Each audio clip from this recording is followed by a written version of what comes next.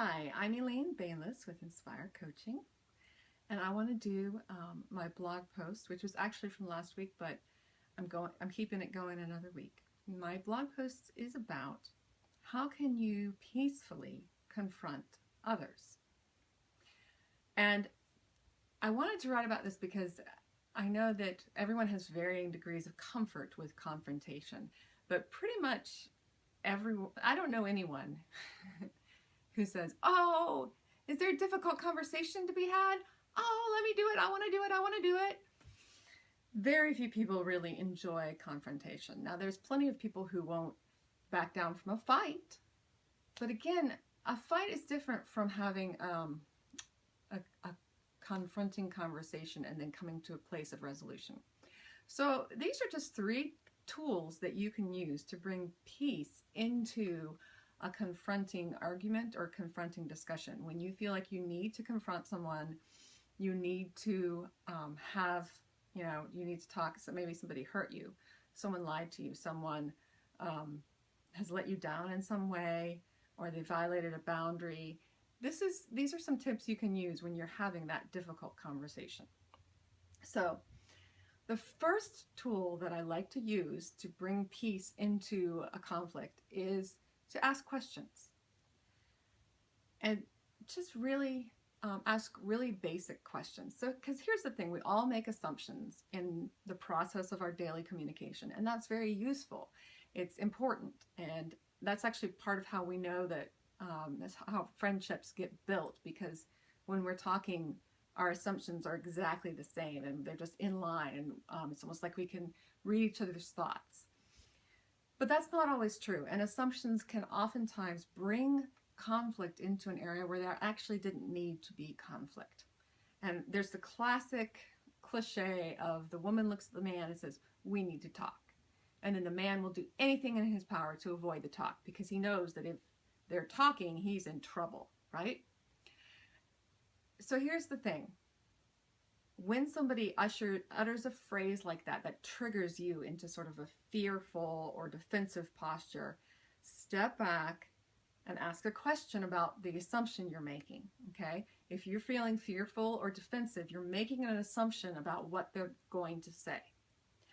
And that's when you ask questions. And here's my handy dandy formula. When you said blank, I assumed you meant blank, which led to me becoming angry, afraid, nervous, defensive. So what did you really mean by? That's it. So when you said, we need to talk, I assumed you meant I did something wrong and I became defensive. But what did you really mean when you said, we need to talk? Or even more basic, when you say we need to talk, does that mean I'm in trouble? So whenever you feel that tension, that defensiveness, fear, anger, ask the question, okay, hey, I'm feeling this way because I assume you mean that I'm in trouble, or I assume that you are angry at me, or I assume that I have done something to disappoint you, okay? So that's your first step to bring peace into a difficult conversation. Now, your second step, this is great advice. It's be cheerful and stupid. And I can't take credit for this. This is actually from a Dr. Joy Brown, who had a long-running radio show and still does, I think, a radio show. And that's actually her advice. And I think it's brilliant. It's really great for when you have part of the big picture, but not the whole big picture. So it's a really great way to get information about a potentially inflammatory topic, right? So maybe you've heard some gossip, maybe you overheard accidentally part of a conversation, you saw something and it led you to question. Being cheerful and stupid is a great way to go into a conversation to get more information without arousing the other person's defensiveness or triggers. So for example, you're going through the credit card bill, you see that your husband bought flowers. You didn't get any flowers, right? So there's a lot of things you could think about, right? And you know, you could jump right into the conversation and be like, did you buy flowers for another woman? And then he's going to be like, what? And, you know, you can just, big explosion, right? Or you can be cheerful and stupid. And that's really just saying, hey, I was going through the credit card bill before I paid it like I always do, and I noticed a charge to Flowers R Us. And did you buy flowers? Because I don't think I did. Simple. And then your husband's free to say, oh yeah, the secretary at work had an emergency appendectomy and I was the one who paid for the flowers, and then I got cash from my co-workers, and I forgot to tell you, or whatever. Now maybe he did buy flowers for some other woman. That's a different issue. But being cheerful and stupid allows you to gain information without just automatically assuming the worst and starting a fight. So I really do like being cheerful and stupid, especially if there's something that you are not sure, but you don't know how to bring it up. Being cheerful and stupid is great for email communication, texts, because a lot of times they don't go through, right? And so if you email, say, one of your in-laws and you're like, we need to do some end-of-life planning, and they don't email you back, well, you know, that might be awkward because why are you emailing them? And, you know, end-of-life planning can be very emotionally wrought. Or, you know, you want to talk to somebody about being a guardian for your child. Like, those can be very, very inflammatory issues. And really what you need is more information.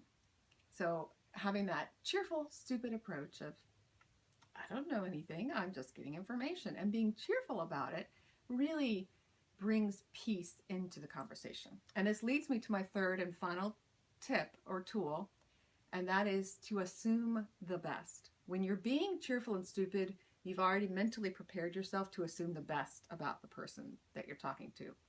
This is a no-fail tool for having peaceful conversations with people, is to always assume good intent. Always give the person the benefit of the doubt, okay? And you know what I'm talking about, the classic, maybe not classic, but you know, someone stands you up, you get mad and angry and you call them and you know, you let them have it on your voicemail or a text message, and then you find out the next day that they got in a car wreck and they were in the hospital, and you feel terrible because you assumed the worst about that person.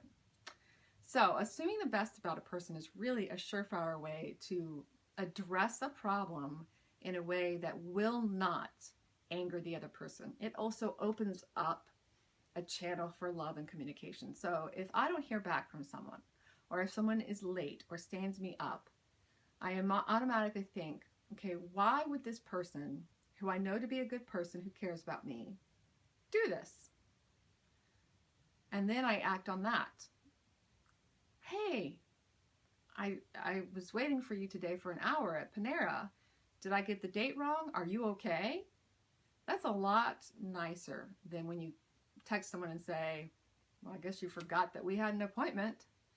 Call me when you're ready to talk. There's a whole difference in tone and attitude there. And the other thing is, when you express concern, when you actually get down and start thinking, oh my goodness, why is this person standing me up? Why is this person not calling me back? You do actually begin to have genuine concern and compassion for the person. Now, an important disclaimer here is that some people are jerks, okay? Some people are abusive and toxic. Typically, actually one pattern, not all by far the only pattern, but a lot of times people will stay in an abusive relationship because the abuser loves that person, right? And they're always giving their abuser the benefit of the doubt. And that is not what I am talking about. If you are in a toxic relationship where someone is abusing you, violating your boundaries, disrespecting you, causing you physical pain, you need to get out of that relationship immediately. There is no benefit of the doubt there, okay? But in normal relationships where there is not abuse going on, the benefit of the doubt is the way to go. So I hope I made that clear for you. And I hope this is helpful for you. Go ahead and try to start thinking of ways you can work this into your life when you're faced with difficult conversations. Remember to ask questions, be cheerful and stupid, and always give the other person the benefit of the doubt. And that's my advice I'm Elaine Bayless with Inspire Coaching.